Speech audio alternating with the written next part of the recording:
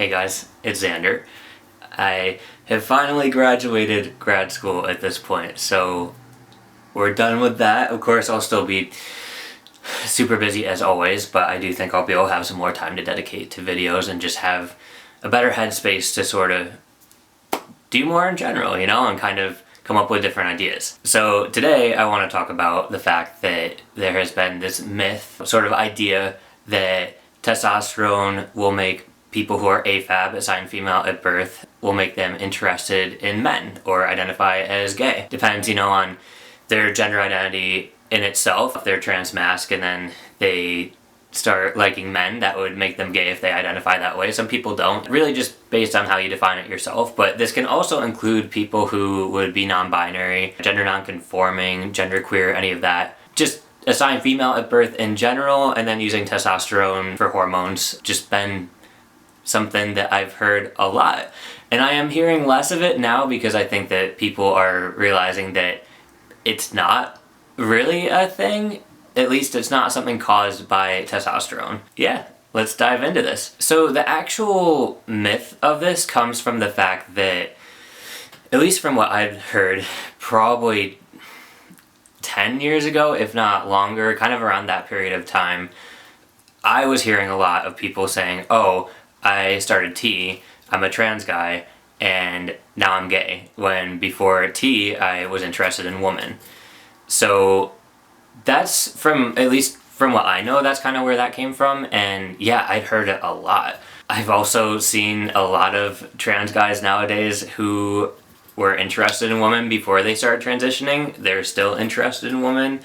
I've seen a lot of just people who are assigned female at birth deciding to transition in some way or another, be with the same partner the entire time, and they're happy. So there's a lot of nuance to this, I guess. I would say for me personally, before I started transitioning, what I knew was that I was interested in women. So my first relationship ever, which was in high school, was with someone who identified as female. I don't know about pronouns anymore, but I believe they're somewhere on the genderqueer spectrum at this point. And prior to that, I had for sure had crushes on people who identified as female.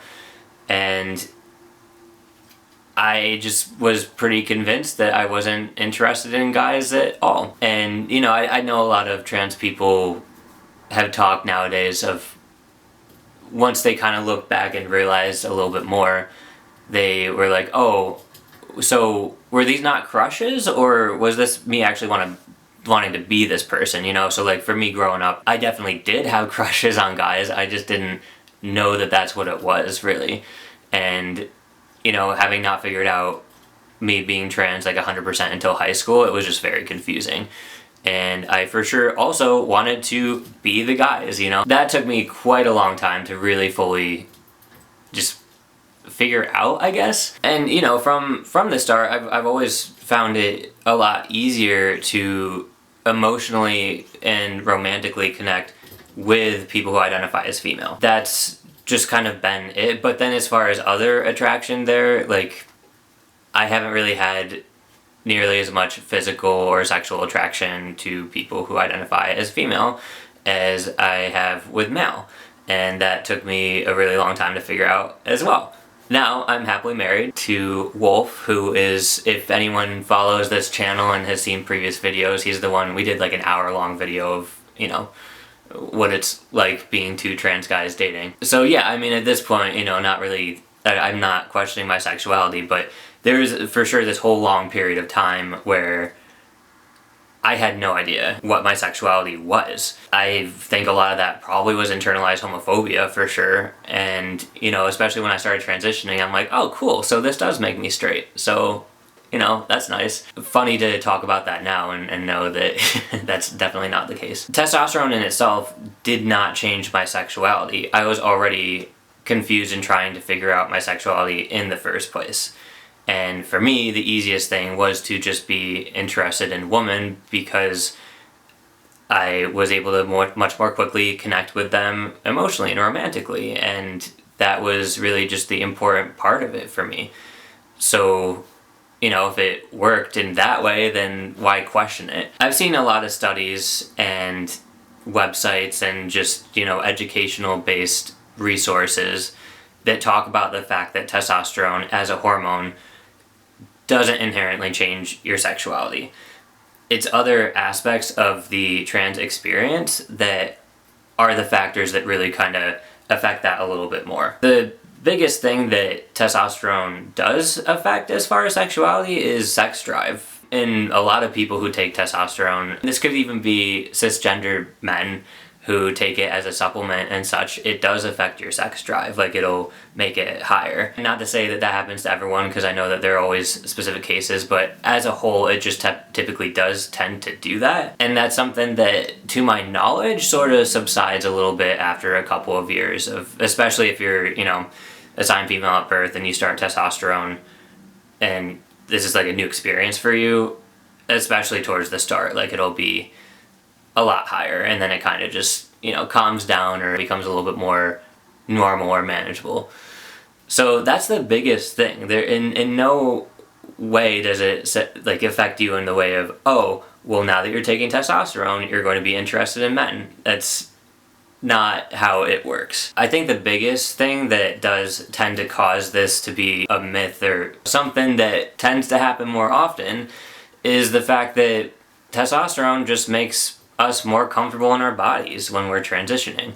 So for me, when I first started testosterone, there is no way that I would have been able to date a guy at that time.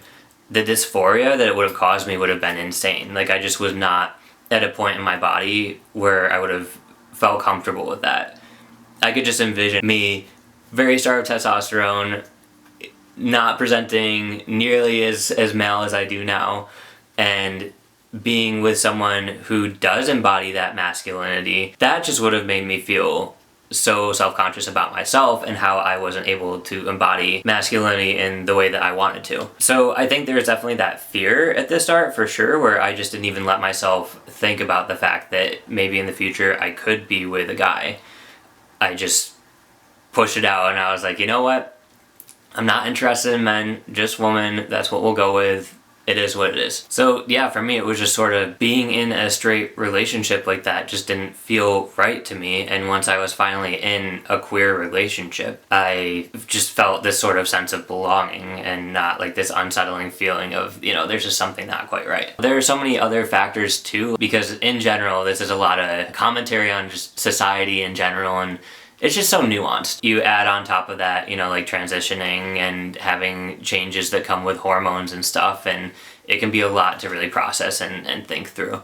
So hopefully this helped a little bit. Point of this video is basically just that T does not make you gay. It's more of the changes that happen when you transition that can lead to you exploring your sexuality and being more honest with yourself about it. And again, like I said, there are definitely people who, before they were transitioning, were with a partner, throughout transitioning and after with the same partner, and it worked out just fine. This is just my experience and what I've heard from some people, but it's truly an individual experience in general. I just want to debunk the whole like T making people gay because of that just being something that I still hear every once in a while someone say that, and I'm like, that's not what does it, but you know what? I'll just leave it for now. So I am planning on making more videos throughout this next probably month period at this point, and at that point I'll start my full-time job on top of another one, but I still think that I'll try and keep up with videos as much as I can because I love doing this kind of thing. And I finally got an editing program that actually works well. I've also been lazy about editing videos, so we'll see. Here's a video out here right now, and I should be continuing to make some more videos in the future. So yeah, I will talk to you guys later.